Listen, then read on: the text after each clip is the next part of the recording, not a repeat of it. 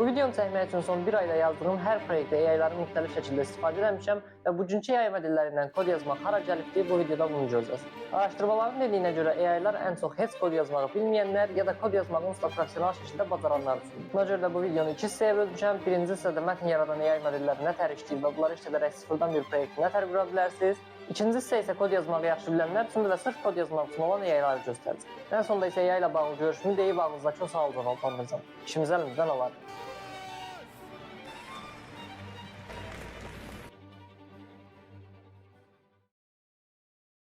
Hamıya salam, adım Eşqin Riga Texnik Universitetində kompüter elmləri oxuyuram. Kanalda AI-dan bağlı bəzi videolar paylaşmağıma baxmayaraq, əslində hamı kimi AI hype-ına qapılıb belə bütün gələcək AI-da deyə düşünmürəm. Harvard Business Review-dan yapay zeka kitabını oxumusunuzsa, orada deyir ki, həm startup qurmaq istəyənlər üçün, həm də AI-yi normal işlədən insanlar üçün buna bir şeyi əvəz eləyəcək bir texnologiya kimi yox da, bütün sahələrdə ekosistemə qoşulub onu gücləndirəcək bir texnologiya kimi baxır. Buna görə də belə işləri 10 qat ya da 100 qat sürətləndirməyə imkan verən bir texnologiya varsa, onu görməzdən gəlib normal şəkildə kod yazmağa davam eləmək olmaz. Amma burada əsas problemlərdən biri odur ki, AI-yi həqiqətən də bir asistan kimi işlədib, kod yazanda bizə kömək eləməyini təmin eləmək çətindir. Yazdığım proyektlərdə çox vaxt ya təkcə mən yazıram, ya da təkcə AI yazır. Çünki AI kod yazdıranda və yazdığı koda müdaxilə eləmək istəyəndə, onun hardasa elədiyi səhvi gedib düzəltmək olmur. Əgər hardasa səhv eləyibsə, AI-ın yazdığı kodu tullayıb özünüz başdan yazmalı olursunuz. Çünki yazılmış kodu düzəltmək başdan kod yazmaqdan daha çətindir. Amma bəzi AI modelləri var və bəzi də texnikalar var ki, sizə bir yerdə işləməyə kömək eləyir, hansı ki, mən bu videoda sizə onları göstərəcəm. Amma indilik həqiqətən də AI ya heç bilməyənlər, ya da tamamilə professional olanlar üçün faydalı bir şeydir. Verdiyi böyük fayda odur ki, birincisi siz heç kod yazmağı bilmirsinizsə və öz işinizdən bağlı kiçik bir web saytə ya da hansısa softa ehtiyacınız varsa, bundan ötürü gedib mühəndis tutub ona pul verməyinizə ehtiyac qalmır. ChatGPT ilə ya da başqa o tip modellərdən bunu özünüz düzəldə bilirsiniz. Bu modellərin həm bir-birləri ilə güc fərqləri də var, yəni hansı daha yaxşı kod yaza bilir, həm də arayüz olaraq fərqləri var bir-birlərinə. Bu arayüz fərqlərindən ən yaxşısı məncə preview düyməsidir, xüsusən də əgər front-end yazırsınızsa, yəni web developmentlə məşğulsunuzsa.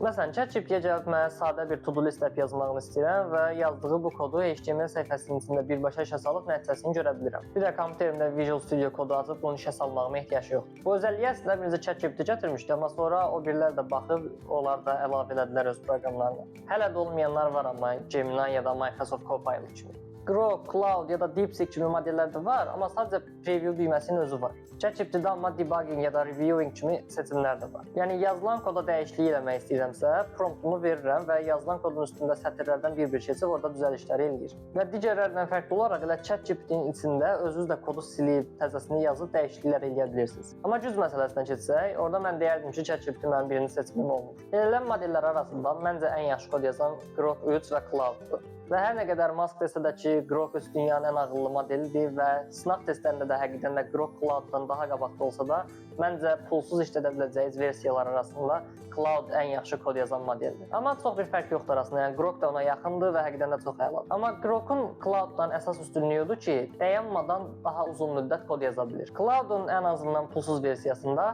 biraz yazandan sonra artıq limiti doldurursunuz və yeni bir chat başlatmalı olursunuz. Yeni chat olduğu üçün də artıq bayaqdan danışdığınız proyekt haqqında məlumatlar orada yoxdur, təzədən başlamalı olursunuz nəyisə danışmağa. Bu məncə hazırda sıfırdan AI ilə kod yazmağın ən böyük problemidir. Kodun həcmi artanda AI hamısını həzm eləyib yaza bilmir. Siz də məcbur qalırsınız ki, kodu hissə-hissə yazdırıb, sonra özünüz proyektin içində inteqrasiya edəsiniz. Və siz əgər böyük bir proyektdən işləyirsinizsə, çoxlu kod bloklarının içində belə rahat şəkildə hərəkət etmək özü bayağı bir bilik tələb eləyir. Və nəzərə alsaq ki, hələ güclü hesab edədiyim Grok ya da Cloud kimi modellər də cəmi 500-600 sətr kod yazandan sonra dayanırlar. Hazırda tamam bir proyekti başdan ayağa AI ilə yazmaq belə mümkün görünmür. Mütləq üstündə düzəlişlər eləməli olursunuz, həm də az-maz yox. Amma bir səhifədən ibarət web sayt yazırsınızsa və ya sadə bir alqoritm qurursunuzsa, onda promptunuzu dəyişdirərək, orasını dəyişdir, burasını dəyişdir əmrini də elə AI-ın özünə verərək yaxşı şeylər düzəldə bilərsiniz. Məsələn, mən işlədiyim saatların notunu tutmaq üçün özümün yazdığım belə bir web app var. İmenini istədiyim kimisini internetdə tapa bilmədim, mən də AI-dan bir dənə düzəltdim. Sadə bir şeydir əslində, amma bunun özünü yazmaq üçün məsələn mən çoxlu düzəlişlər eləmişəm üstündə. Burada əslində sadə desəm də alqoritmik cəhətdən bayağı iş var. Məsələn, burada hansı fənn ya da sahə ilə bağlı işləyirsinizsə, onlar yazılıbdır və istəsəz buradan təzəsini yazıb əlavə eləyə bilərsiniz. Ondan sonra burada hər sahə üzrə nə qədər işləmirsinizsə saatlar yazırsınız və burada həm zaman keçdikcə ümumi həmin sahədə nə qədər işləmisiniz, hər sahəni ayrı-ayrı toplayır. Həm də finalize day deyəndə burada ümumisini yazır. Yəni hamısının bir yerdə ümumisini. Buradan sortlaya bilərsiniz. Yəni ən çoxdan ən aşağı düşsün, ən aşağıdan ən aza düşsün. Sadəcə indi hamısı burada sıfır olduğu üçün heç nə dəyişmir. Və silə bilərsiniz buradan. Əlavə eləməkdən yanaşı silə də bilərsiniz. Ondan başqa deyərsiniz ki, buradan niyə sıfırdır hər şey? Çünki öz hesabımla girməmişəm hazırda. Sonra aşağıda günlər olaraq var. Siz buradan hansısa günü seçirsiniz, hansı günü istəsəz. Və yazandan sonra həmin günü ümumi nə qədər işləmisinizsə toplayır. Hər sahənin ayrı-ayrılıqda yazmışdınız, amma onların cəmini toplayır. Və hansı günü seçmişsinizsə burada o günün qabağına əlavə eləyir onu avtomatik olaraq. Məsələn, göstərməsin də. 3 yazdım, 2 yazdım, məsələn, bu da 0 qalsın elə. Bunda da Sunday yazılıbdır. Finalize day deyəndə 5 özü gəldi, düşdü Sunday-yə və bu 5 də avtomatik olaraq burada bar qrafda göstərilir. Və bunlar da çoxlu gedəndə, məsələn, buradan başqa-başqa yazaq. Bunlar da belə həftə də yazılanda artıq, üçün niyə yazmadım? Yazdım.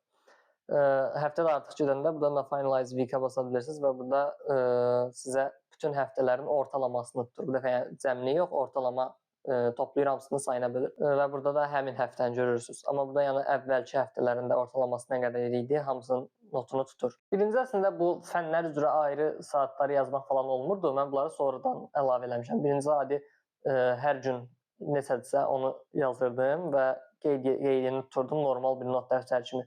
Amma zaman belə hər ağlıma nəsə gəldikcə əlavə elədim. Mən 11-ci ChatGPT ilə yazmağa başlamışdım. Yəni vaxt getməsin deyə çox. Zaten AI ilə yazıram və burada da məsələmiz AI-dan bunun nətər yazıla biləcəyidir. Amma həmin vaxtlar DeepSeek təzə çıxmışdı. Gördüm ki, bir yerdən sonra ChatGPT yaza bilmir. Çoxlu errorlar verirdi. Və nə isə düzəltməyini istəyirəm, filan şey elə deyirəm, eləmir yəni.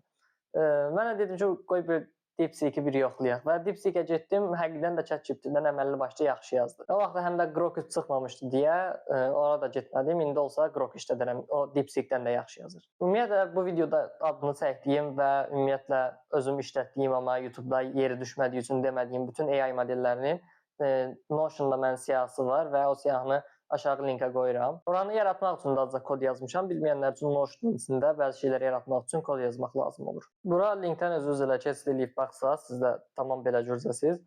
Burada bütün mən tanıdığım və belə deyim, hər model yox, yaxşı olduğunu gördüyüm işlətməyə həqiqətən də xoşuma gələn modelləri əlavə eləmişəm.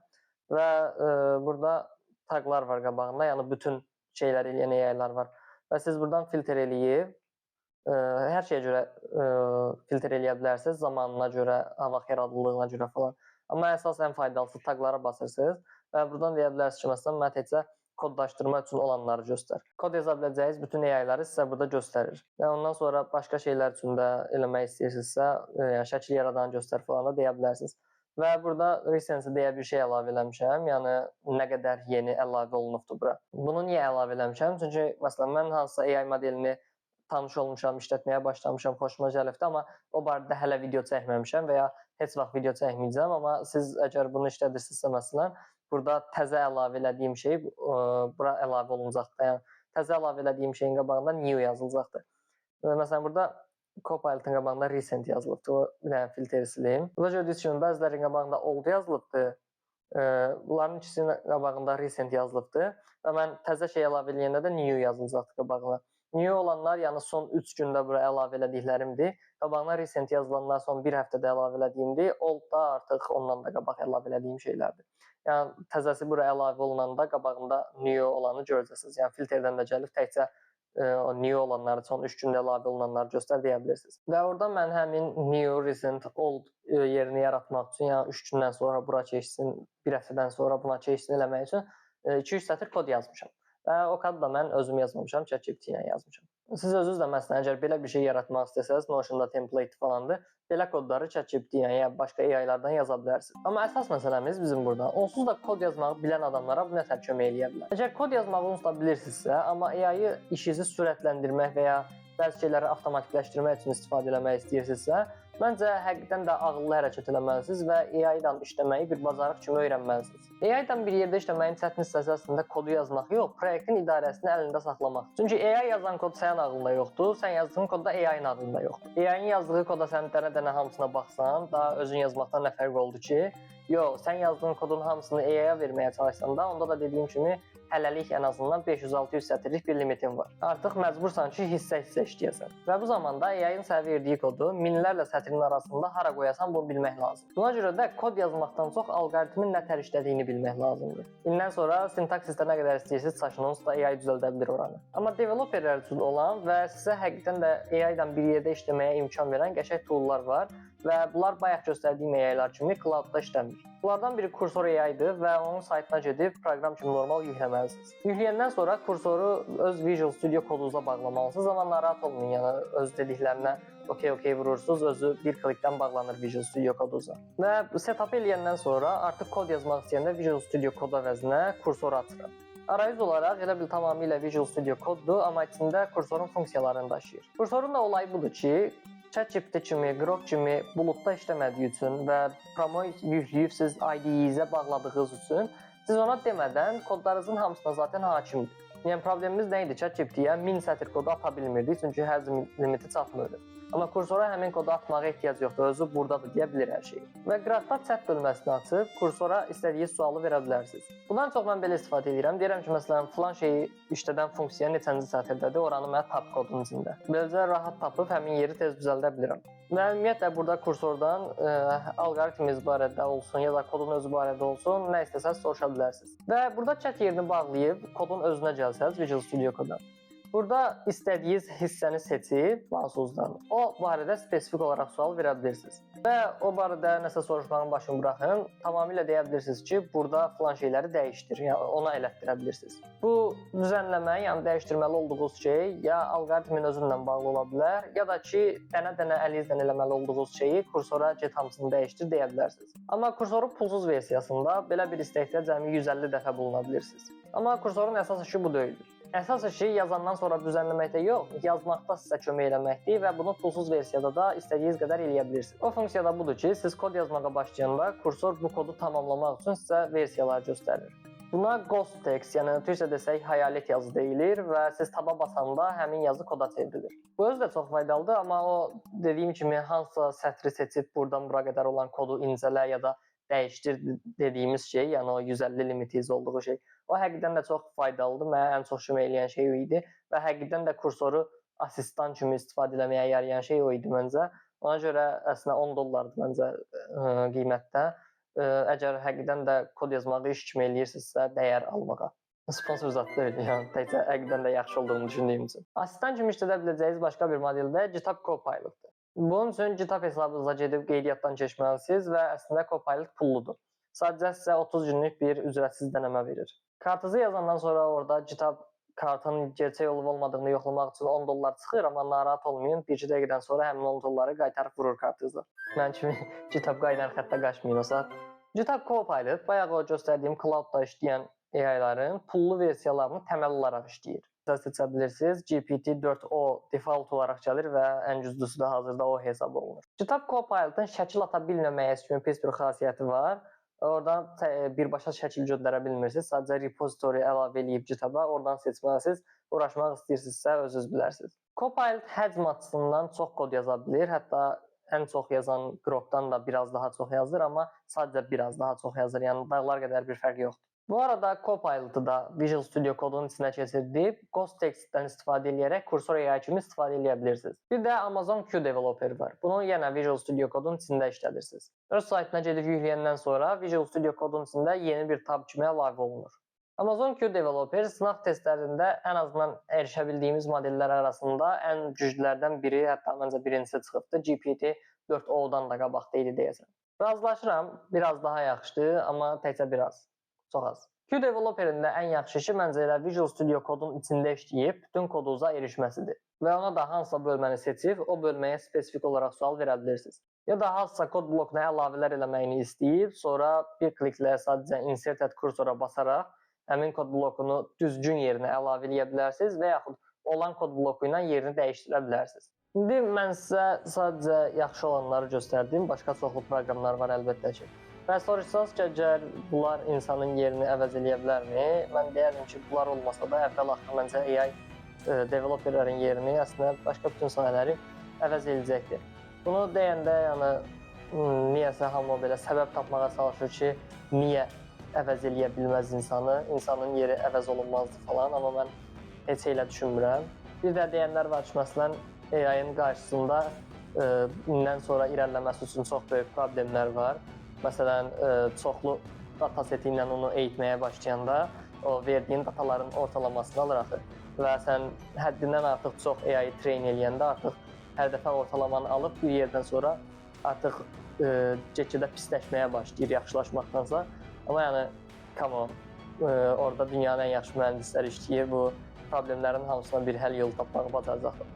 Və indi açıb çox şey göstərə bilərsiniz ki, bayaq dediyim kimi çox yaza bilmir, biraz yazan kimi dayanır, enerji problemi var. Bəzi sahələrdə çox geri qalıbdır, oraları nə qədər istəsələr də inkişaf etdirə bilmirlər falan kimi çoxlu şeylər. Amma yəni nəzərə almağınız lazım olan şey ki, ChatGPT çıxıb dünyanı sarsıdan cəmi 3 ildir və haralara gəlmişik. İndi 1-3 il sonrasını xəyal eləyin, bir də 30 il sonrasını xəyal eləyin. Yəni 10 il olar, 5 il olar, 8 il olar bilmirəm, amma ingilislər demiş eventually, yəni əvvəl-axır əvəz edəcəkdir məncə. Və belə deyib, yəni pessimist kimi görünmək də istəmirəm. Bu kanalda da yəni kodlaşdırma ilə bağlı niyə nəsə paylaşırsan falan deyə bilərsiniz. Əslində mən AI barədə optimistəm. Amma belə deyim, ən azından mənim developerləri əvəz eləməsi ilə bağlı bir problemim yoxdur. Tək ki, kod yazmaq olanları fikirləşsin.